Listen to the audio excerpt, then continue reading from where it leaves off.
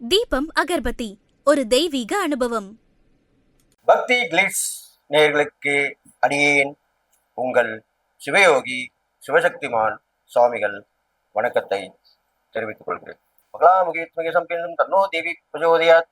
இந்த பதிவுல பராபவ வருட தமிழ் புத்தாண்டு பலன்கள். இந்த வருடத்துடைய பேர் பராபவ வருடம் என்று சொல்லப்படுகிறது. இந்த வருடத்திலே நடக்கக்கூடிய விஷயங்கள் எல்லாமே சரி சமமா நடக்கும். எல்லோருக்கும் கிடைக்க வேண்டியது கிடைக்கும். நல்ல விஷயங்கள் நடக்கும். இறையருள் கிடைக்கும். புதியவர்களின் நட்பால் நல்ல ஒரு பலன் கிடைக்கக்கூடிய அம்சமாக விளங்கப் போகிறது. பெண்கள் குழந்தைகள் வகையிலே நல்ல நல்ல விஷயங்கள் நடக்கும். அவர்களுடைய முன்னேற்றம் மிக மிக நன்றாக இருக்கும். அரசாங்கத்தின் ஆதரவு மக்களுக்கு கிடைக்கும். அரசியலிலே குழப்பம் நீங்கி நல்ல ஒரு தெளிவு பிறந்து மக்களுக்கு நல்லாட்சி புரிபவர்கள் சேருவார்கள். மக்களுக்கு அரசியல்வாதிகளால் ஆதாயம் கிடைக்கும். போட்டி போட்டு கொண்டு உதவி பண்ணுவார்கள். இப்படியாகத்தான் இந்த பராப வருடம் பார்க்கப்படுகிறது. விருச்சிகராசி நேயர்களே, உங்களுக்கு உண்டான பராப வருட தமிழ் புத்தாண்டு பலன் தான் சொல்ல போறேன். அப்பாடா அப்படின்னு இருக்க போறீங்க. ஏனென்று சொன்னால், இது நாள் வரைக்கும் உங்கள் ராசிக்கு அர்த்தாஷ்டம சனியாக இருந்த சனி பகவான் 4ஆம் இடத்திலிருந்து 5ஆம் இடத்துக்கு சென்று விட்டார். சந்தோஷம் தானே? நல்ல நல்ல விஷயங்கள் யோசிப்பீர்கள். நல்லவர்கள் நட்பு கிடைக்கும். நல்ல வாழ்க்கை சித்திக்கும். முன்னோர்கள் ஆசீர்வாதம் கிடைக்கும். முக்கிய பதவிகள் கிடைக்கும். நினைத்த விஷயம் நடக்கும். என்ன எப்படி நல்லதே சொல்லும்? கண்டிப்பா நல்லது. இது மட்டுமல்ல, உங்களுக்கு குரு அஷ்டமத்தில் இருந்தாலும் அவரும் விலக போறார். பட்ட அவமானங்கள் பிரச்சனைகள் எல்லாம் விலகிடும். திடீர் வாய்ப்பு, திடீர் சந்திப்பு நிகழும். அது மூலியமா நல்லது நடக்கும். போயிட்டே இருந்தப்பா, திடீர்னு ரொம்ப நாள் பார்க்காத ஃப்ரெண்டை வச்சாலும் வந்தார்.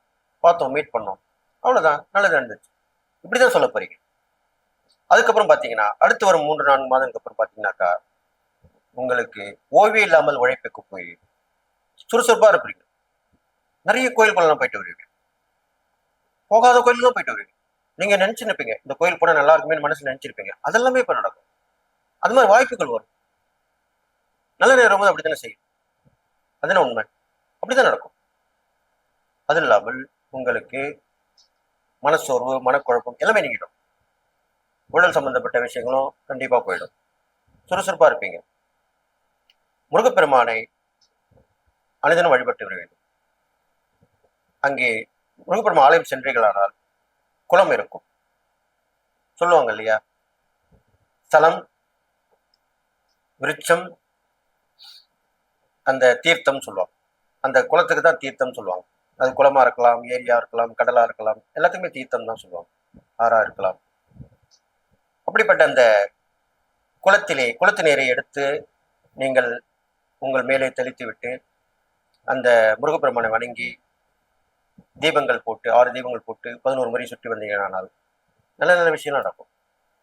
பெரும்பாலும் முருடைய அருள் தான் உங்களுக்கு விருச்சிகராசிக்காரங்களுக்கு உண்டு, எப்பயுமே உண்டு. அது நீங்க மறக்கக்கூடாது. இப்ப இந்த பராபர இடத்திலே உங்களுக்கு அந்த பயனுள்ள விஷயங்கள் நடக்கும்.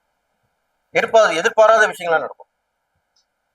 உங்களை மறந்துருப்பாங்க, திடீர்னு ஞாபகம் உங்களை கூடுவாங்க. அது ஒரு நல்ல விஷயமா இருக்கலாம். ஒரு பொறுப்பா இருக்கலாம், ஒரு பதவியா இருக்கலாம், ஒரு வாய்ப்பா இருக்கலாம், எது வேணாலும் இருக்கலாம், எப்படி வேணாலும் வரலாம். இது மாதிரிதான் இந்த பராபர இடத்துல உங்களுக்கு வரப்போகுது. அது இல்லாமல் தான தர்மம் பார்க்கும் பொழுது நீண்ட நாளா ரொம்ப நோன்படியா இருப்பாங்க. தீரவே தீராமன்னு சொல்லியிருப்பாங்க. டாக்டரே கைவிட்ட சொல்லுவாங்க. ஆனா அவங்க உயிர் இருக்கும். அது மட்டும்தான் இருக்கும். தொடர்ந்து மாத்திரை மருந்து சாப்பிட்டே இருப்பாங்க. அவங்களுக்கே அது பழக்கமாயிடும். அப்படிப்பட்டவர்களுக்கு நல்ல மருத்துவரை சிபாரிசு செய்யலாம். அந்த மருந்து மாத்திரை வாங்கக்குண்டான உதவிகளை புரியலாம். நீங்கள் ஓரளவுக்கு செய்யலாம், மற்றவர்களும் சேர்ந்து செய்யலாம். இதெல்லாம் பண்ணீங்களால ரொம்ப விசேஷம். அவங்களுக்கு பாரம் குறையில்லையா? அப்ப எவ்வளவு சந்தோஷப்படுவாங்க.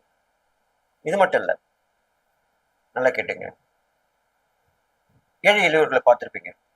அதில் விகாரமா இருக்கவங்களும் இருப்பாங்க. முகம் வீங்கி இருக்கும், முகம் கட்டி இருக்கும். அந்த முகத்தை பார்க்கறதுக்கே அருவருப்பா இருக்கும்.